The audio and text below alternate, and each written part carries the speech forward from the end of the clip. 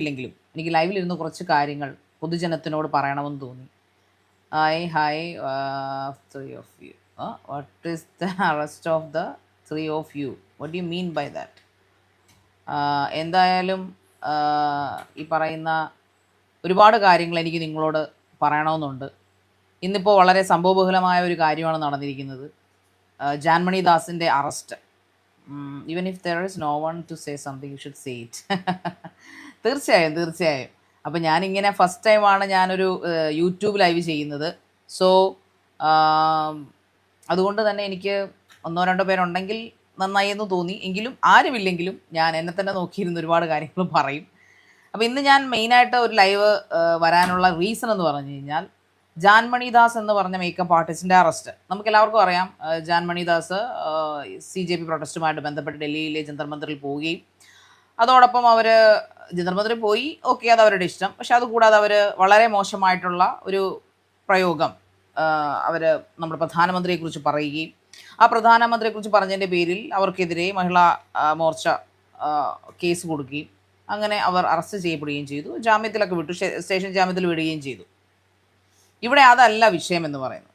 വളരെ അപ്രീഷിയേറ്റ് ചെയ്യേണ്ട ഒരു കാര്യമാണ് ഒരാളെ, അത് പ്രധാനമന്ത്രി ആയിക്കോട്ടെ അഥവാ ഇനി സാധാരണ ആൾക്കാരായിക്കോട്ടെ, സെലിബ്രിറ്റി ആയിക്കോട്ടെ, പബ്ലിക് പ്ലാറ്റ്ഫോമിൽ അല്ലെങ്കിൽ ഒരു മീഡിയയുടെ മുമ്പിൽ വന്നു നിന്ന് പച്ചയ്ക്ക് അബ്യൂസ് അല്ലെങ്കിൽ അപരാധം പറയുക എന്നുള്ളത് അത് വളരെ മോശമായിട്ടുള്ള കാര്യമാണ്. അത് നമുക്കൊരിക്കലും അക്സെപ്റ്റബിൾ അല്ല.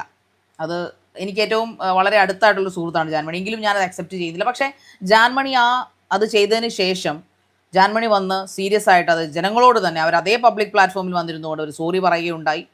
അതും അപ്രീഷിയേറ്റ് ചെയ്യുന്നു. പക്ഷേ നിയമം അത് നമ്മൾ നിയമത്താൽ അധിഷ്ഠിതമായിട്ടുള്ള രാജ്യത്താണ് നമ്മൾ ജീവിക്കുന്നത്. സോ അതും ജാൻമണി പോസ്റ്റായിട്ട് ചെയ്തിട്ടുണ്ട്. സോ എനിവേ അതവിടെ നിൽക്കട്ടെ. പക്ഷെ എന്നെ അത്ഭുതപ്പെടുത്തുന്ന ഒരു കാര്യം, എന്നെ ഷോക്ക് ചെയ്ത് നിൽക്കുന്ന ഒരു കാര്യം, ഇതിലും വലിയ മാരകമായിട്ടുള്ള പദപ്രയോഗങ്ങൾ, അതായത് കുഞ്ഞുങ്ങൾക്കോ പ്രായമുള്ളവർക്കല്ലോ സഭ്യതയുടെ ഒരു അംശമെങ്കിലും നോക്കുന്ന ആൾക്കാർക്കോ കാണാൻ പറ്റാത്ത രീതിയിൽ, കേൾക്കാൻ പറ്റാത്ത രീതിയിൽ അസഭ്യവർഷങ്ങൾ, അപരാധങ്ങൾ, വ്യഭിചാരങ്ങൾ പറയുന്ന, വാക്കുകൾ കൊണ്ട് വ്യഭിചരിക്കുന്ന കുറച്ചധികം YouTubers, a bunch of YouTubers are here outside അല്ലേ. ഈ പറയപ്പെടുന്ന ഷഫീന ബീവി, കുറേയധികം ആൾക്കാർ, ഈ പറയുന്ന എന്താ പറയുന്നത്, കുറച്ച് അവരുടെ ടീമിലുള്ള അവരുടെ പേരുകളൊന്നും ഞാൻ പറയുന്നില്ല. മെയിനായിട്ട് ഞാൻ കേട്ടിരിക്കുന്നത് ഒരാളുടെ ഫാമിലിയെ കൂട്ടിച്ചേർത്തുകൊണ്ട് ഒരാളുടെ ഫാമിലിയെ അധിക്ഷേപകരമായിട്ട് സംസാരിക്കുന്ന ഒരു സ്വഭാവത്തിനുടമ, ഒരു വൈകൃതത്തിനുടമ ഷഫീന ബീവി എന്ന വ്യക്തി എന്ന് ഞാൻ പറയും. അവരുടെ മാനസിക വ്യാപാരം എന്താണെന്ന് എനിക്ക് മനസ്സിലാവുന്നില്ല. നമ്മളെല്ലാവരും യൂട്യൂബ് എന്ന പ്ലാറ്റ്ഫോം അല്ലെങ്കിൽ ഇൻസ്റ്റാഗ്രാം എന്ന പ്ലാറ്റ്ഫോം അല്ലെങ്കിൽ ഫേസ്ബുക്ക് എന്ന പ്ലാറ്റ്ഫോം, എന്ത് സോഷ്യൽ മീഡിയയും ഉപയോഗിക്കുന്നത് എന്തിനാണ്? ജനങ്ങളെ സന്തോഷിപ്പിക്കാൻ വേണ്ടി മാത്രമല്ല, നമ്മുടെ ഒരു ഇൻകം ഏൺ ചെയ്യാൻ കൂടി വേണ്ടിയിട്ടാണ്. തീർച്ചയായിട്ടും അതിലൊരു സംശയമില്ലാത്ത കാര്യമാണ്.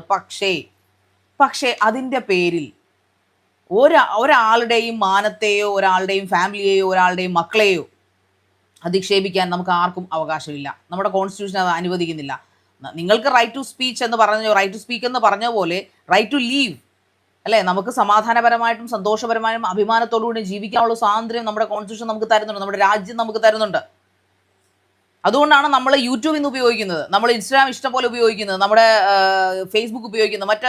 നമുക്കറിയാം, ഡെമോക്രസി ഇല്ലാത്ത നാർസിസ്റ്റ് ഭരണത്തിലുള്ള അല്ലെങ്കിൽ ഈ പറയുന്ന ഏകാധിപത്യ രാഷ്ട്രങ്ങളിലെല്ലാം അവരുടെ സോഫ്റ്റ്വെയറുകൾ ഉപയോഗിച്ചാണ് അവർ കാര്യങ്ങൾ അവതരിപ്പിക്കുന്നത്. ഒരു പ്രശ്നം നാട്ടിലുണ്ടായി കഴിഞ്ഞാൽ അവർ അപ്പം തന്നെ കട്ട് ചെയ്യുന്ന ഇൻ്റർനെറ്റാണ്. ഇന്ത്യ ഒന്നും ചെയ്യുന്നില്ല. ഇന്ത്യ എക്സ്ട്രീം, ഇത്രയും നാനാത്വത്തിൽ ഏകത്തിൽ ജീവിച്ചിട്ടും പല മതസ്ഥരുടെ കീഴിൽ ഉള്ള ഒരു രാജ്യമായിട്ടും എന്ത് പ്രശ്നങ്ങളുണ്ടായാലും അത് ഒന്നും നമ്മുടെ രാജ്യങ്ങളിൽ വളരെ ക്രൂഷ്യൽ കണ്ടീഷനിൽ, അതായത് ടെറർ ആക്രമണം പോലുള്ള കണ്ടീഷനിൽ മാത്രമാണ് അതെല്ലാം നടപ്പിലാക്കുന്നത് അല്ലേ. അതുകൊണ്ട് നമുക്ക് നമ്മുടെ യഥേഷ്ടം ഇന്റർനെറ്റ് ഉപയോഗിക്കാം, നമുക്ക് എന്ത് വേണമെങ്കിലും നോക്കാം, എന്ത് വേണമെങ്കിലും പറയാം. ക്രിറ്റിസിസം വേണ്ടെന്ന് ആരും പറയുന്നില്ല. പക്ഷെ ക്രിറ്റിസിസത്തിൻ്റെ പേരും പറഞ്ഞുകൊണ്ട്, ജേർണലിസത്തിൻ്റെ പേരും പറഞ്ഞുകൊണ്ട്, മാധ്യമധർമ്മത്തിൻ്റെ പേരും പറഞ്ഞുകൊണ്ട് യൂട്യൂബ് റിയാക്ടേഴ്സ് കാണിക്കുന്ന തോന്നിയവാസങ്ങൾ അനുവദിച്ചു കൊടുക്കാൻ ബുദ്ധിമുട്ടാണ്.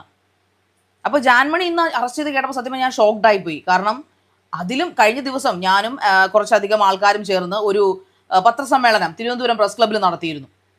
അതിൻ്റെ അജണ്ട എന്ന് പറഞ്ഞാൽ, അതിൻ്റെ ഒരു ലക്ഷ്യം എന്ന് പറഞ്ഞു കഴിഞ്ഞാൽ, ഷഫീന ബീവിയെ പോലുള്ള വെർബൽ റേപ്പിസ്റ്റുകൾ, ഇപ്പോൾ പറഞ്ഞാൽ അതുൽ വ്ളോഗ്സ്, അതുപോലെ വിവി ഹിയർ, ഈ അതുൽ വ്ളോഗ്സിൻ്റെ ഒക്കെ ചാനൽ നിങ്ങൾ നോക്കണം. ഞാൻ ഈ അതുൽ വ്ളോഗ്സിനോട് എനിക്ക് പേഴ്സണലി യാതൊരു ദേഷ്യവും ഇല്ല. അയാൾ എന്നെ വന്നൊന്നും പറയുന്നില്ല ഇപ്പോൾ. കാരണം ഞാൻ അയാളെ അങ്ങോട്ട് ചെന്ന് ആക്രമിക്കാത്തതുകൊണ്ടായിരിക്കും അയാൾ പറയാതെ. കാരണം എൻ്റെ തൊഴിൽ അതല്ല. അയാളുടെ കുടുംബത്തിൽ നിന്ന് നടക്കുന്നു, അയാൾ സൽഗുണ സമ്പന്നനാണോ, അയാൾ മാന്യനല്ലയോ, അയാൾ ആരുടെയെങ്കിലും പുറകെ നടക്കുന്നുണ്ടോ, അയാൾ ഇനി എന്തെങ്കിലും ഉപയോഗിക്കുന്നുണ്ടോ, ഇതൊന്നും നോക്കുന്ന എൻ്റെ പണിയല്ല. പക്ഷെ ഇവരൊക്കെ ഇരുന്നു കൊണ്ട് മറ്റുള്ളവരെ ഇപ്പൊ അവർ ചിന്തിക്കും, ഇപ്പൊ അതിൽ ഇത് വെച്ച് റിയാക്ട് ചെയ്യുമ്പോൾ അതിൽ പറയാം, ഈ ശാരിക മാടത്തെ ഞാനൊന്നും പറഞ്ഞില്ലല്ലോ എന്ന് അവൻ പറയും. പക്ഷെ ഇത് ഇവിടെ അതല്ല വിഷയം. ശാരിക എന്നെ പറയാത്തതോ എന്നെ പറയുന്നതോ ഒന്നും അല്ല വിഷയം. നമ്മുടെ സമൂഹത്തിൽ ജീവിക്കുന്ന ഒരേ ആൾക്കാരിലേക്ക് ഈ പണം കിട്ടുമെന്നൊരൊറ്റ കാരണത്താൽ, യൂട്യൂബ് പൈസ തന്നില്ലെങ്കിൽ, ഇൻസ്റ്റാഗ്രാം പൈസ തരുന്നില്ലെങ്കിൽ, ഫേസ്ബുക്ക് പൈസ തരുന്നില്ലെങ്കിൽ ഇവന്മാർ ഇത് ചെയ്യുമോ? ഈ ഷഫീന ബീവി ഇത് ചെയ്യുമോ? യൂട്യൂബർ സുപ്രാത്ത് തീരുമാനിക്കുകയാണ് ഇനി റിയാക്ഷൻ വീഡിയോസിന് പൈസ കൊടുക്കുന്നില്ല. എന്ത് ചെയ്യും ചേച്ചിമാർ? എന്ത് ചെയ്യുമായിരുന്നു? അതാണ് എനിക്ക് ചോദിക്കാനുള്ളത്. ഇപ്പൊ പൈസയ്ക്ക് വേണ്ടി മാത്രമാണ്. ഇപ്പൊ നിങ്ങൾ ചോദിക്കും ശാരീരിക ലൈവിൽ വന്നിരിക്കുന്ന പൈസയ്ക്ക് വേണ്ടിയില്ലേ? ഞാൻ പൈസയ്ക്ക് വേണ്ടി മാത്രമല്ല ലൈവിൽ ഇരിക്കുന്നത്. അങ്ങനെയാണെങ്കിൽ എനിക്ക് എന്താ അപരാധം പറഞ്ഞ് പൈസ ഉണ്ടാക്കിയാൽ പോരെ?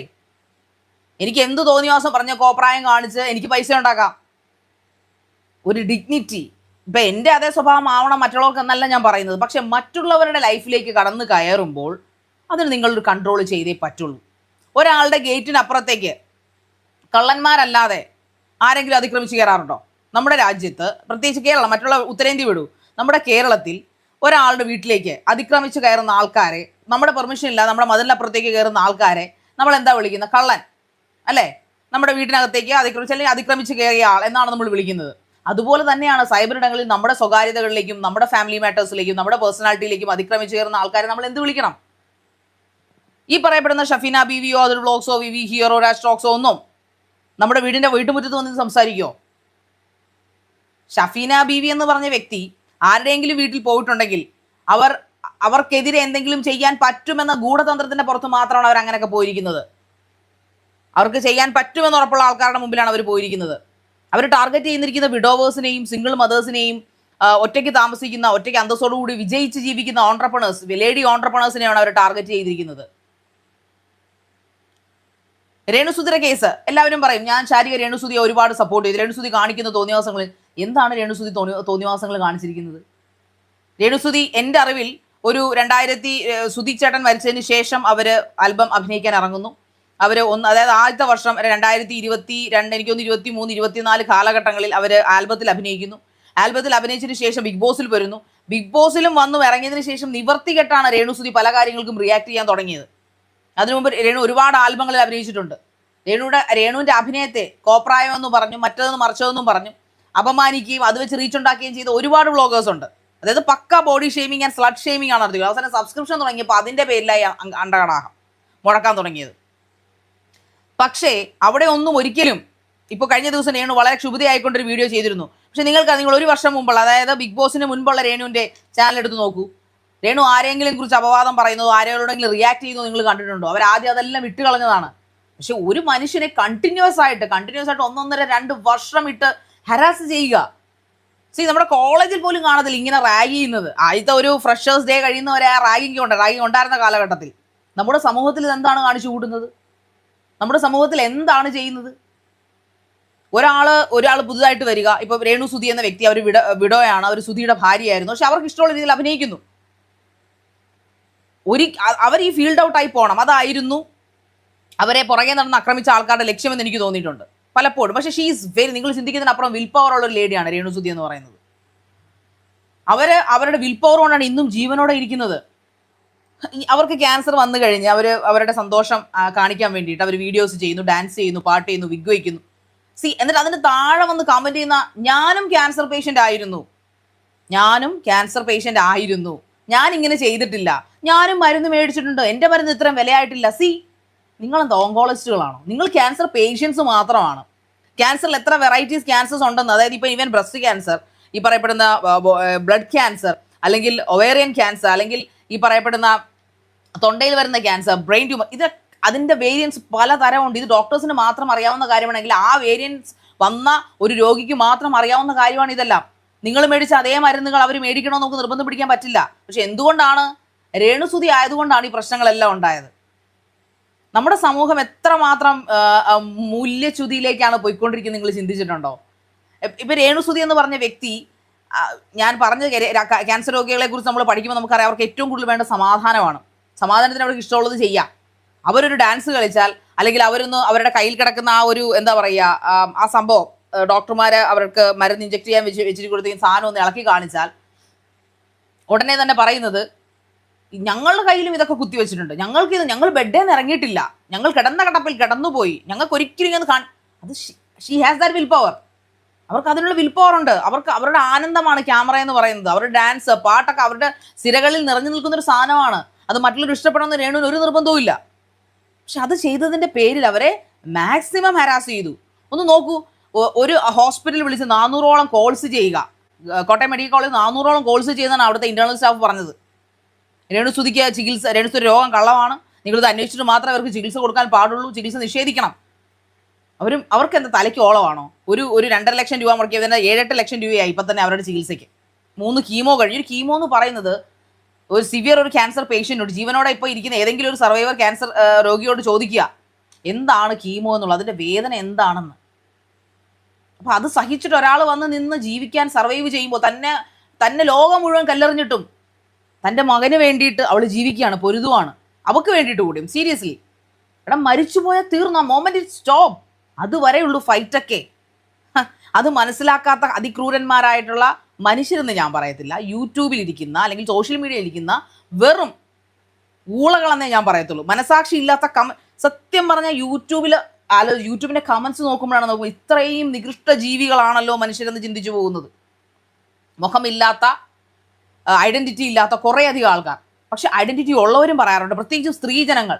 അയ്യോ സീരിയസ്ലി കേട്ടോ, സ്ത്രീജനങ്ങളുടെ വർത്തമാനം കേൾക്കുമ്പോൾ, കഴിഞ്ഞ ദിവസം അഡ്വക്കേറ്റ് എന്ന പേരും പറഞ്ഞ് ഒരുത്തി വന്നിട്ട് വർത്തമാനം ഇവരൊക്കെ എങ്ങനെ പഠിച്ച് അഡ്വക്കേറ്റ് ആയെന്ന് ഞാൻ ആലോചിച്ചു. അവരുടെ അവർ പക്കാ സ്ത്രീ DP ഇട്ടിട്ടുണ്ട്. അവരുടെ അത്യാവശ്യം പ്രായവും കാര്യങ്ങളൊക്കെ ഉള്ളത്. ഞാൻ ചോദിച്ചു നിങ്ങളുടെ അമ്മയുടെ വല്ല DP ആണോ എന്ന് ഞാൻ ചോദിക്കുകയും ചെയ്തു. Hello guys, welcome back to my YouTube channel. ഇവിടെ ഷാരിക എന്ന് പറയുന്ന വ്യക്തിയുടെ ഒരു ലൈവ് ആയിരുന്നു, ഇന്നലെ വന്ന ഒരു ലൈവ് വീഡിയോ ആണ് ഞാൻ നിങ്ങളെ കേൾപ്പിച്ചത്.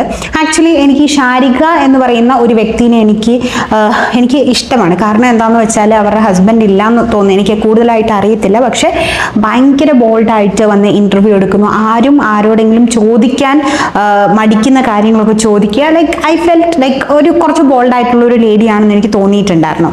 സോ പക്ഷേ എനിക്കിപ്പം അവരോടുള്ള ഒരു സാധനം പോയി. കാരണം എന്താണെന്ന് വെച്ചാൽ ഇവർ വന്നിട്ട് എന്തൊക്കെയോ ഇങ്ങനെ രേണുസുതിനെ അങ്ങ് സപ്പോർട്ട് ചെയ്യാണ്. രേണുസുതി ഇനി എന്ത് ചെയ്തെന്ന് പറഞ്ഞാലും അല്ലെങ്കിൽ രേണുസുതി എന്ത് കാണിച്ചെന്ന് പറഞ്ഞാലും അതൊക്കെ വളരെ ശരിയായെന്നുള്ളൊരു രീതിയിലാണ് ഇപ്പം ഇവിടെ ഷാരിക പറയുന്നത്. ഷാരിക ആദ്യം പറയുന്നുണ്ട് ജാൻമണി ചെയ്ത കാര്യം ഇഷ്ടപ്പെട്ടില്ല എന്നുള്ള രീതിയിലൊക്കെ പറയുന്നുണ്ടായിരുന്നു. പക്ഷെ അത് രേണുസുതിയാണ് ചെയ്തെങ്കിൽ ഉറപ്പായിട്ടും അത് നല്ല കാര്യം തന്നെയാണ് എന്നുള്ള രീതിയിൽ സംസാരിച്ചേനെ.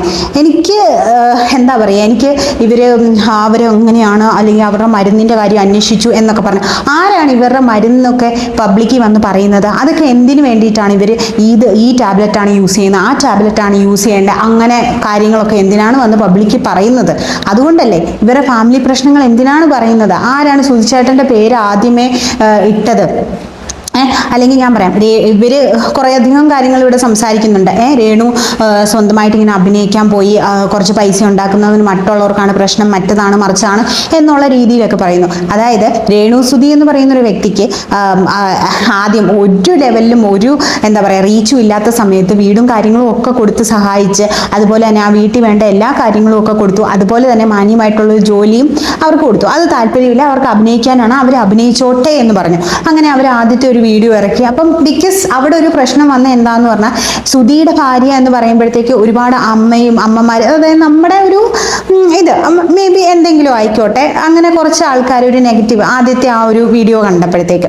അതിനുശേഷം ഇവരെന്താണ് ചെയ്തത്? വേറൊരാളുമായിട്ട് കല്യാണം കഴിക്കുന്ന ഒരു ഫോട്ടോ, ആ കല്യാണം കഴിഞ്ഞു എന്ന് പറഞ്ഞിട്ട് ആ മറ്റേ അയാളുടെ പേരൊക്കെ എനിക്ക് മൈൻഡിൽ വരുന്നില്ല ഗൈസ്. അപ്പം അയാളുമായിട്ട് കല്യാണം കഴിഞ്ഞു എന്ന് പറഞ്ഞിട്ടൊരു വീഡിയോ ഇടുന്നു. അങ്ങനെ അതാണ് ഇവരുടെ ഫസ്റ്റ് ആയിട്ട് വരുന്ന ഒരു നെഗറ്റീവ് എന്ന് പറഞ്ഞാൽ. അപ്പം ആദ്യത്തെ ഒരു ഷോർട്സ് ആ ഒരു പാട്ട് സീനിൽ അഭിനയിച്ചു കഴിഞ്ഞപ്പോൾ അതങ്ങ് വൈറലായി കഴിഞ്ഞു. അതിന് ഒരുപാട് നെഗറ്റീവ്സും വന്നു.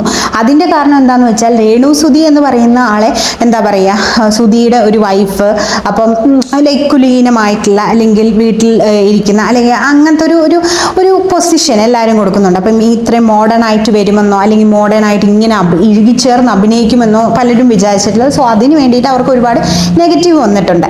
അത് കഴിഞ്ഞിട്ട് ഇങ്ങനെ കല്യാണം കഴിഞ്ഞു എന്ന് പറഞ്ഞിട്ടൊരു ഫോട്ടോ ഇടുകയും അതിനെ ഒരുപാട് ആൾക്കാർ കാരണം അത്രയ്ക്ക്, അതായത് രേണു എന്താണ് സുധിച്ചേട്ടൻ എന്ന് പറയുമ്പോൾ അത്രയ്ക്ക് എനിക്കിതാണ് ഭയങ്കരമായിട്ടുള്ള കരച്ചിലും ഭയങ്കരമായിട്ടുള്ള സങ്കടവും കാര്യങ്ങളൊക്കെയാണ്. അതിന് നമ്മളെ ജനങ്ങൾ വീണ് പോവുകയാണ് ചെയ്തത്. അതായത് അത്രയും സപ്പോർട്ട് ചെയ്ത് അല്ലെങ്കിൽ അത്രയും കടത്തിൽ നിന്നൊരാൾ ഇത്രയും കയറി വന്നു അല്ലേ.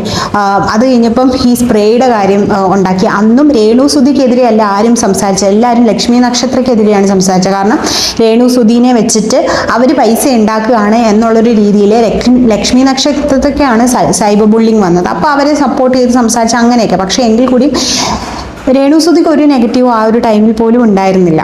പക്ഷേ അത് കഴിഞ്ഞിട്ട് ഇവരുടെ ഓരോ പ്രവൃത്തികളാണ് ഇവരെ നെഗറ്റീവായിട്ടുള്ളത്. ഇവിടെ ശാരിക പറയുന്നുണ്ട്, ഷഫീന ബീബിയുടെ വായിൽ നിന്ന് വരുന്ന വാക്കുകളല്ലേ ഷഫീന ബീബി എന്നുള്ള രീതിയിൽ പറയുന്നുണ്ട്. ഞാൻ ഷഫീന ബീബിയുടെ പല എന്താ പറയുക സംസാരത്തോടും അല്ലെങ്കിൽ പല അഭിപ്രായങ്ങളോടും യോജിക്കാത്ത ഒരാളാണ്. പക്ഷേ ഇപ്പോൾ രേണുവിനെ കുറിച്ച് പറയുന്ന കുറേ അഭിപ്രായങ്ങളിൽ ഞാൻ സപ്പോർട്ട് ചെയ്യുന്നുണ്ട്. കാരണം എന്താണെന്ന് വെച്ച് കഴിഞ്ഞാൽ ഈ രേണു സുധിക്ക് അവരുടെ അക്കൗണ്ട് ഇങ്ങനെ കിടക്കുന്നു കഴിയുമ്പോഴത്തേക്ക് ഒരു റീച്ചിന് വേണ്ടിയിട്ട് അവർ എന്തെങ്കിലും ഒരു നെഗറ്റീവ് കുത്തിപ്പൊക്കിക്കൊണ്ട് വരും. ഇപ്പൊ കിച്ചുവിന്റെ കാര്യമാണ് കൊണ്ടുവരുന്നത്. ഇപ്പൊ സുധീനെ അങ്ങ് വിട്ടിട്ട് ഇനി ഇപ്പൊ കിച്ചുവിനെ വെച്ചിട്ട്. പക്ഷെ എനിക്ക് പറയാനുള്ളൊരു കാര്യം എന്താന്ന് പറഞ്ഞു കഴിഞ്ഞാൽ ഈ ആത്മാക്കളൊക്കെ ഉണ്ടോ എന്ന് ഞാൻ വിശ്വസിക്കുന്നില്ല. പക്ഷെ ഉണ്ടെങ്കിൽ അങ്ങനെ ഒരു ആത്മാവ് ഉണ്ടെങ്കിൽ നമ്മൾ കാണും എന്നേ എനിക്ക് പറയാനുള്ളൂ. കാരണം എന്താന്ന് വെച്ചാൽ സുധി എന്ന് പറയുന്ന ഒരു വ്യക്തി അത്രയും അധികം സ്നേഹിച്ച അദ്ദേഹത്തിൻ്റെ ആ മോനെ വെച്ചിട്ടാണ് ഇവളിങ്ങനെ റീച്ച് ഉണ്ടാക്കുന്നതും പല കാര്യങ്ങൾ പറയുന്നതും. അവൻ ചെയ്യുന്ന തെറ്റ് എന്താണ് എന്നാണ് ഞാൻ ചോദിക്കണേ. ഇപ്പം ഈ ഏതൊരു ആൺമക്കൾക്കാണെങ്കിലും അല്ലെങ്കിൽ പെൺമക്കൾക്കാണെങ്കിലും സ്വന്തം അമ്മ ഇങ്ങനെ ചെയ്യുവാണെങ്കിൽ ആർക്കും അത് സഹിക്കാൻ പറ്റത്തില്ല അല്ലേ. എന്താ പറയുക, എൻ്റെ അമ്മ സബ്സ്ക്രിപ്ഷനിൽ ഇങ്ങനെ എൻ്റെ ചുണ്ടൊക്കെ അടിച്ചോ, എൻ്റെ ചുണ്ട് കണ്ടോ അങ്ങനെയൊക്കെ പറഞ്ഞ് വരുമ്പോഴത്തേക്കും അത് ഒരു മക്കൾക്കും അത് സഹിക്കാൻ പറ്റത്തില്ല. അവരെ സ്വന്തം അമ്മയായിട്ട് കരുതിയിട്ടുണ്ടെങ്കിൽ ഒരു മക്കൾക്കും പറ്റത്തില്ല. അമ്മയായിട്ട് കരുതിയിട്ടില്ലെങ്കിൽ ഓക്കെ, എനിക്ക് കാശ് കിട്ടുന്നുണ്ട്, അവരെന്തെങ്കിലും ആയിക്കോട്ടെ എന്ന് പറയാം അല്ലേ. അതല്ലേ അതിൻ്റെ ശരിയായ. അപ്പം ഇവിടെ ആരാണ് സ്വന്തം അമ്മയായും അല്ലെങ്കിൽ സ്വന്തം മകനായിട്ട് ആരാണ് ജനുവിനായിട്ട് ഇവിടെ കൺസിഡർ ചെയ്തിട്ടുള്ളത്? രേണു ആണോ അതോ കിച്ചു ആണോ? കിച്ചു ഇത്രയും സംഭവങ്ങൾ വന്നു, എന്തെങ്കിലും ആട്ടെ, അവന് മനസ്സിൽ സ്നേഹമില്ലായിരിക്കും, അവന് അങ്ങനത്തെ ഇവർ പറയുന്ന പോലത്തെ ഒരു ചെറുക്കനൊക്കെ ആയിരിക്കാം. പക്ഷേ ഇത്രയും സംഭവങ്ങൾ നടത്തിയിട്ട് എന്തുകൊണ്ട് കിച്ചു ഇവരെക്കുറിച്ച് കുറേയധികം കാര്യങ്ങൾ പറയുന്നില്ല? അല്ലെങ്കിൽ അത് പറഞ്ഞ് അവന് എന്തോരം റീച്ച് ഉണ്ടാക്കാം. അവന് എന്തൊക്കെ സംഭവങ്ങൾ, അവൻ്റെ ഏറ്റവും വലിയ ആഗ്രഹം ഒരു സ്ഥലം വാങ്ങിച്ച് അല്ലെങ്കിൽ വീട് വെക്കുക, അവിടുന്ന് ഇറക്കി വിടാത്തൊരു വീട്ടിലേക്ക് അവന് താമസിക്കണം. അപ്പോൾ അവന് എന്തോരം വിഷമം ഉണ്ടായിട്ടാ അല്ലെങ്കിൽ എന്തോരം ഇതുണ്ടായിട്ടാ. ഇപ്പം പോലും അവൾ വീടെന്ന് പറയുമ്പോൾ എന്താണ്, എൻ്റെ കുഞ്ഞിൻ്റെ പേരില്ല, എൻ്റെ കുഞ്ഞെന്നെ ഇറക്കി വിടുമ്പോൾ ഞാൻ പോയിക്കോളാം എന്നുള്ള രീതിയിലാണ് സംസാരിക്കുന്നത്. നമുക്ക് ശാരികയൊക്കെ എത്ര വന്ന് സംസാരിച്ചാലും അല്ലെങ്കിൽ എത്ര കോരം സംസാരിച്ചാലും രേണു സുധി നന്നാവാത്തിടത്തോളം കാലം ഇത്രയും ഹേറ്റേഴ്സ് അവർക്കുണ്ടാകും. നിങ്ങളിങ്ങനെ പറഞ്ഞ് ഇപ്പം ഞാൻ പറയട്ടെ, പൈസ കിട്ടത്തില്ലെങ്കിൽ നിങ്ങളിപ്പോൾ യൂട്യൂബ് ചാനൽ തുടങ്ങും. നിങ്ങൾ പറയുന്നുണ്ട് പൈസ കിട്ടത്തില്ലെങ്കിൽ രേണുവിനെ നെഗറ്റീവ്. നിങ്ങളിപ്പോൾ പൈസ കിട്ടത്തില്ല ഈ യൂട്യൂബ് ചാനൽ തുടങ്ങി രേണുവിനെ ഇങ്ങനെ കോരം സപ്പോർട്ട് ചെയ്തുകൊണ്ടിരിക്കും. നിങ്ങൾ പല ചാനലിൽ പോയിട്ട് പല ആൾക്കാരും, നിങ്ങളും അന്ന് രേണു സുധിയെ ഭയങ്കരമായിട്ടുള്ളൊരു ഇന്റർവ്യൂ ഉണ്ടായിരുന്നു. ആ ഒരു ഇന്റർവ്യൂവിൽ ഭയങ്കരമായിട്ടുള്ള ക്വസ്റ്റ്യൻസും കാര്യങ്ങളും ഒക്കെ ചോദിച്ചു. അന്ന് നിങ്ങൾ പൈസയ്ക്ക് വേണ്ടിയല്ലേ ആ ഒരു ക്വസ്റ്റ്യൻസും കാര്യങ്ങളും ഒക്കെ ചോദിച്ചത്? അപ്പോൾ മറ്റുള്ളവരെ ഇതൊക്കെ റിയാക്ഷൻ ചാനലുകാരുടെ തലയിലോട്ട് അങ്ങ് അടിച്ചു തരിക, അപ്പം നമുക്ക് ഒരിക്കലും അക്സെപ്റ്റ് ചെയ്യാൻ പറ്റുന്ന കാര്യമല്ല. നിങ്ങളും ആ ഒരു പണി തന്നെയാണ് ചെയ്യുന്നത്. നിങ്ങൾ സപ്പോർട്ട് ചെയ്ത് നിൽക്കുന്നു. പിന്നെ ബിഗ് ബോസിൽ പോയി കുറച്ച് ഫെയിമും കൂടെ ഉള്ളതുകൊണ്ട് നിങ്ങളിപ്പോൾ സപ്പോർട്ട് ചെയ്താലും നെഗറ്റീവ് പറഞ്ഞാലും എന്ത് പറഞ്ഞാലും നിങ്ങൾക്ക് ആൾക്കാർ വ്യൂസ് ഉണ്ട്. അപ്പോൾ ബിഗ് ബോസിൽ പോയി ഫെയിം ഉണ്ടാക്കിയിട്ട് യൂട്യൂബ് അങ്ങ് തുടങ്ങി. അപ്പം വ്യൂസ് കുറേ കിട്ടും, അപ്പോൾ പൈസ കിട്ടും എന്ന് വിചാരിച്ചുകൊണ്ട് തന്നെയാണ്. ഈ റിയാക്ഷൻ ചെയ്യുന്നവരാണെങ്കിലും ആരാണെങ്കിലും പൈസ കിട്ടുന്നതുകൊണ്ട് തന്നെയാണ്. കാരണം നമ്മൾ ഇവിടെ നിന്ന് ഒരു കണ്ടന്റ് കണ്ടുപിടിച്ച് അത് എഡിറ്റ് ചെയ്ത് പോസ്റ്റ് ചെയ്യുന്നതിനുള്ള ഒരു റിവാർഡ് എന്ന് പറയുന്ന സംഭവം നമുക്ക് വേണം. അല്ലെങ്കിൽ നമ്മൾ ഈ പാതിരാത്രി ഉറങ്ങാതിരുന്ന് നമ്മൾ ചെയ്യുമോ? അതും ഇറ്റ്സ് എ പാർട്ട്. പിന്നെ നമ്മുടെ ഒരു ഇഷ്ടം, പിന്നെ നമ്മുടെ അഭിപ്രായം, പിന്നെ അടുത്ത കാര്യം എന്ന് പറഞ്ഞാൽ നമുക്ക് ഇങ്ങനെ വീഡിയോ ചെയ്യാനൊരു ഇഷ്ടം ഉള്ളത്, ആ ഒരു സാധനം. പിന്നെ നമുക്കൊരു സംഭവം കാണുമ്പോൾ നമുക്ക് തോന്നും നമ്മുടെ അഭിപ്രായം ഇതാണ്, ആ അഭിപ്രായം എനിക്ക് പറയണമെന്ന് തോന്നും. അങ്ങനെ പല ഘടകങ്ങളായിരിക്കും നമ്മൾ ഓരോരുത്തരും വീഡിയോ ചെയ്യുന്നതിൻ്റെ കാരണം. അതിൽ ഓരോ കാര്യങ്ങളില്ല എന്നുണ്ടെങ്കിൽ, നമുക്കിപ്പോൾ ഇഷ്ടമില്ലെന്നുണ്ടെങ്കിൽ നമ്മൾ ഇത്ര കഷ്ടപ്പെട്ട് ചെയ്യുമോ? നമുക്കിപ്പം പൈസ കിട്ടത്തില്ല എന്നുണ്ടെങ്കിൽ നമ്മൾ ചിലപ്പോൾ 1, 2, 3 ദിവസം ചെയ്യും. 4ാമത്തെ ദിവസം ചെയ്യാൻ നമുക്ക് പറ്റുന്ന സമയത്ത് നമുക്കിടാം. നമ്മളിപ്പോൾ ഒരു സംഭവം വരുമ്പോൾ ഈ ഒരു സമയത്ത് തന്നെ ഇടാനുള്ള കാരണം എന്താണ്? ഇപ്പം അത് ട്രെൻഡിങ് ആയിട്ട് നിൽക്കുന്നതുകൊണ്ടാണ്. ഇനി നമുക്കൊരു സംഭവം കണ്ട് അതിന് അഭിപ്രായം പറയാനില്ലെങ്കിൽ വീഡിയോ ചെയ്യാതിരിക്കാൻ പറ്റത്തില്ല. സോ അങ്ങനെ ഓരോ ഘടകങ്ങളും ഉണ്ട്. അത് ഈ പൈസ മാത്രം ഹൈലൈറ്റ് ചെയ്യേണ്ട. ഈ പൈസ കിട്ടത്തില്ലെങ്കിൽ രേണുസുതിയും ഇതുപോലെ ഒരു ചാനൽ തുടങ്ങി ഇതുപോലെ വീഡിയോ ചെയ്യത്തില്ല. അപ്പോൾ എല്ലാവരും ആ ഒരു ഇതിലാണ്, അല്ലാതെ റിയാക്ഷൻ ചാനലുകൾ മാത്രം ഒന്നും എന്താ പറയുക, ശാരിക പറയുന്നതിനോട് നമ്മൾ ഒരിക്കലും യോജിക്കത്തില്ല. അപ്പോൾ എത്ര കോര ഇവർക്ക് വേണ്ടി ആരൊക്കെ സംസാരിച്ചാലും ഇവരുടെ സംസാരം മാറാത്ത, അല്ലെങ്കിൽ ഇവരുടെ ഒരു ആറ്റിറ്റ്യൂഡ് മാറാതെ ഒരിക്കലും ഇവർക്കുള്ള നെഗറ്റിവിറ്റി മാറാൻ പോകുന്നില്ല. അതുകൊണ്ട് അവരപ്പുറത്തുനിന്ന് നെഗറ്റീവ് സമ്പാദിക്കുമ്പോൾ നിങ്ങൾ ഇവിടുന്ന് അവരെ സപ്പോർട്ട് ചെയ്തു എന്ന് പറഞ്ഞുകൊണ്ട് നിങ്ങൾക്ക് അവർക്കുള്ള നെഗറ്റീവ് കുറയാനൊന്നും പോകുന്നില്ല. വേറെ കണ്ടന്റൊക്കെ എന്തെങ്കിലും എടുക്കൂ, അല്ലെങ്കിൽ വേറെ എന്തിനേലും കുറിച്ച് സംസാരിക്കും. ബിക്കോസ് എനിക്ക് തോന്നിയിട്ടുണ്ട് നിങ്ങൾക്ക് നന്നായിട്ട് സംസാരിക്കാൻ അറിയാവുന്ന നല്ലൊരു ഇതാണ് നിങ്ങൾ പേഴ്സണലി. പക്ഷെ ഈ ഒരു കൂതറ കാര്യം എടുത്ത്, അല്ലെങ്കിൽ ഈ കൂതറ ഒരാൾക്ക് വേണ്ടിയിട്ട് നീ ഇങ്ങനെ സപ്പോർട്ട് ചെയ്യാൻ നിൽക്കാതെ എന്ന് മാത്രമേ എനിക്ക് പറയാനുള്ളൂ. അപ്പോൾ എന്തായാലും അടുത്തൊരു വീഡിയോ ആയിട്ട് ഞാൻ ഓടി വരാം. അതുവരെയും it's me Chanchal signing off. Bye guys. അപ്പോൾ നമ്മുടെ ചാനൽ ഇഷ്ടപ്പെട്ടെങ്കിൽ ഒന്ന് സബ്സ്ക്രൈബ് ചെയ്യുക, സപ്പോർട്ട് ചെയ്യുക. അതുപോലെ തന്നെ നിങ്ങളുടെ അഭിപ്രായം എന്താണെങ്കിലും, നിങ്ങൾ രേണുസുധീനെ സപ്പോർട്ട് ചെയ്യുന്നവരാണെങ്കിലും ചെയ്യാത്തവരാണെങ്കിലും കമൻറ്റ് ചെയ്യുക. ഓക്കെ, കിച്ചുവിനെ സപ്പോർട്ട് ചെയ്യുന്നെങ്കിൽ കിച്ചുവിനെ സപ്പോർട്ട് ചെയ്യുന്നെന്ന്, അതുപോലെ തന്നെ രേണുവിനെ സപ്പോർട്ട് ചെയ്യുന്നത് എങ്കിൽ രേണുവിനെ സപ്പോർട്ട് ചെയ്യുന്നു എന്ന് പറഞ്ഞ് ഒരു കമൻറ്റ് ചെയ്യുക. ഓക്കെ, നിങ്ങളുടെ അഭിപ്രായവും ഇതിൽ വളരെ ഇമ്പോർട്ടൻ്റ് ആയിട്ടുള്ളൊരു കാര്യമാണ്. അപ്പോൾ നിങ്ങളുടെ അഭിപ്രായം എന്താണെന്നുള്ളത് നിങ്ങൾ കമൻറ്റ് സെക്ഷനിൽ ഷെയർ ചെയ്യുക. സോ അടുത്തൊരു വീഡിയോ ആയിട്ട് ഞാൻ ഓടി വരാം. അതുപോലെ തന്നെ അടുത്ത ഞാൻ ഏതൊരു കണ്ടന്റിനെ കുറിച്ച് സംസാരിക്കണം എന്നുള്ള സജഷൻസും നിങ്ങൾക്ക് തരാം കേട്ടോ. അപ്പോൾ എന്തായാലും അടുത്ത വീഡിയോയിൽ കാണാം. Bye guys.